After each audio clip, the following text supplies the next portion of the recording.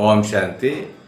ఈరోజు నా తండ్రి పరమాత్మ ఏం చెప్పారంటే, ఆరోగ్యం మొట్టమొదట ఎవరైతే వచ్చారో ఆయనలోకి బ్రహ్మకి అతని ఆరోగ్యం బాగోపోయినప్పటికీ కూడా నేను వచ్చి మురళి వినిపిస్తాను, మాట కూడా ఆడలేని స్థితిలో ఇచ్చేస్తానంటే మురళిని వచ్చి నేను ఏంటంటే రాస్తూ ఉన్నాను. అప్పుడే తండ్రి పరమాత్మకి మురళీలన్నీ రాసి ఎంత ఆది మధ్య అంత జ్ఞానం అంతా చెప్పుకొచ్చారు.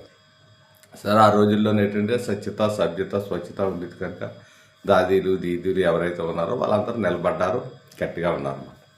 ఇవన్నీ ఏం చెప్తానంటే, చివరికి మనకు తెలుసు, మనం దేవుడికి ఏమైనా పూజలు అన్నీ చేసినప్పుడు ఏంటంటే మనం పూర్వం నుంచి ఒక ఆచారం ఉండేది.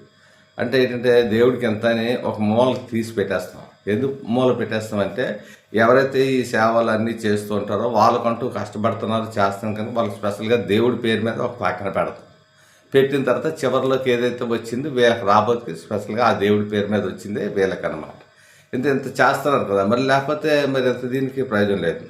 అయితే మీకు వేరే విషయం ఏంటంటే, ఆ విధంగా తండ్రి పరమాత్మ నడిపిస్తున్నారు. మురళిలో అన్ని జ్ఞానం, ఎవరి జ్ఞానం ఏముంది, ఎవరి పాత్రలు ఆలి, ఎవరి రోలు ఆలి, ఇందులో ఎవరిని మార్చలేదు, తండ్రి పరమాత్మలో చెప్తున్నారు.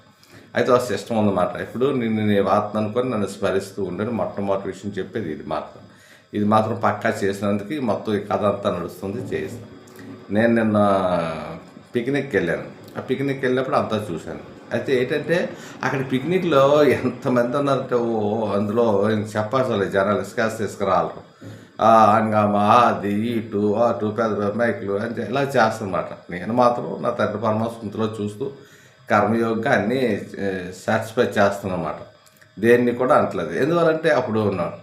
అయితే అక్కడ ఏంటంటే నాన్ వెజ్ వాళ్ళు ఎక్కువ ఉన్నారు. అంతా నాన్ వెజ్లే, విచ్చేకం ఉంది. ఎందుకంటే కార్తీక మాసాలు అంతా శివుడి కోసం అంతా చేసి విచ్చేశారు. మరి ఇంతమంది ఆత్మలు ఉన్నారు కదా, వీళ్ళకి వచ్చి మీరు ఇవన్నీ చెయ్యండి, ఇవన్నీ మానేయండి, ఇవన్నీ అంటే లేదు.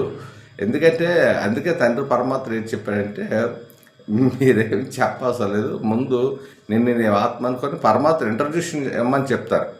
సో మనం చెప్పడే కాదు, మనం కూడా చేయాలి, వారితో పాటు చెయ్యాలి. బట్ చెప్పడం అందరూ చెప్తారు, చెయ్యాలి కదా, మరి చేసినప్పుడే కదా. అందుకే తండ్రి పరమాత్ముడు ఉంటాడు, మన అందరూ కాదు.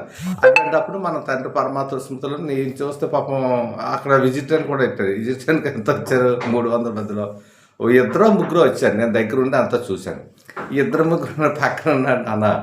ఏంటంటే వారికి ఇప్పుడు మనసు ఏంటంటే అక్కడ బోల్డ్ అండి ఐటమ్స్, బోల్డ్ అండి రకాలు ఉన్నాయి. నాన్ వెజ్ సంబంధించి ఫ్రైలు, చికెన్ అని.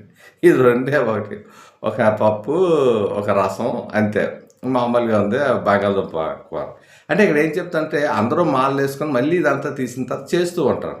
అంటే మొట్టమొదటి ఏంటంటే తండ్రి పరమాత్మను శుద్ధి చేయడం ఇంపార్టెంట్. వచ్చా ఓ విషయం.